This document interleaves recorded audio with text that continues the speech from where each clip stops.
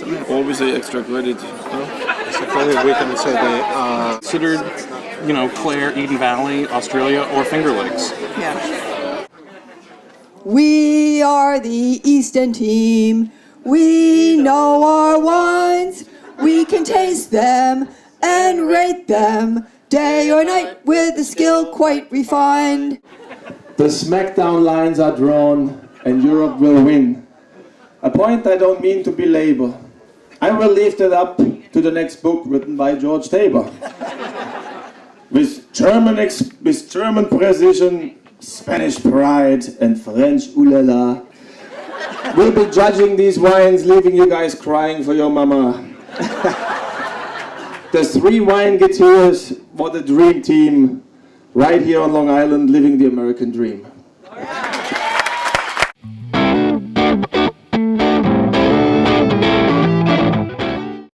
Welcome to the Roanoke Vineyards Winemakers Smackdown number 4, sponsored by Luce and Hawkins. We've got two excellent teams, 3 handsome guys with accents.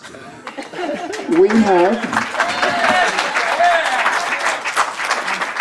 have a team from the East End, the home team over here. We're lucky enough to have George Tabor here.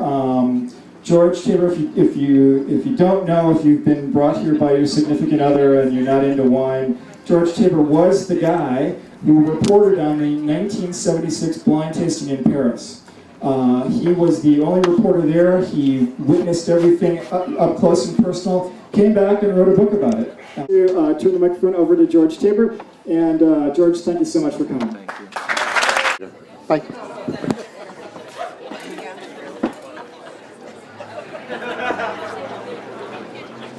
Sweetness, but the alcohol is probably more 14-ish instead of like 15.5 for Amarone or something. So we thought ultimately Zin-based Rhone-ish blend. Pretty well-balanced wine for big wine, which is not easy to do. A wise man once said that blind wine tasting can be very humbling. The wine certainly had a golden, oily feeling to it. Love the spice on the finish. Whether they're oak barrels or more likely oak alternatives. Wine sells for $80. I'm sure I'm wrong, and now it's going to be a new world made in Australia. We settled on Miguel's opinion happily. Could be like 07, Chateau Neuf. But I doubt it. Beautiful. I got a lot olive nose, minty, almost like a sweet finish, licorice. So we were thinking yes, could be a Syrah. Wrong once again.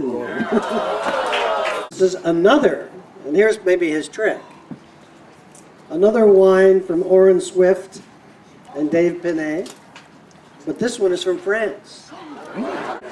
Well, we would like to get some credit for the blend because 99% of the Priorat is Grenache and Carignan, so give us some credit for that too. There's just so much. There's so much color. There's so much tannin. There's so much acid. There's so much alcohol. Maybe it's probably a 99-point Parker wine because it's got big intensity and fruit. The Wine Spectator called this dense, massive, and concentrated. And they took a full page ad. The winemaker, Abe Schooner, called it fierce, nearly barbaric. This grape is the one that they always used to make those jug wines we all used to buy in the 70s. 60s. It's a confiture, fruit on the nose. But Roman thinks it's a different wine, so I'm going to let him talk about what he thinks. Could have been like a Bordeaux type of wine, Merlot-based Bordeaux blend. But we're sticking with Mourvedre. Monastrell is the same grape, but from Spain, and the first wine was hot, and that's what kind of brought us there. Final total, coming in at 120 points, is the international team. And they did lose points for spelling. They misspelled Alsace. At 215 points is the U.S. team. And at 240 points was the audience team. Stay all could be on island wine. Stay all could be on island wines. Yeah.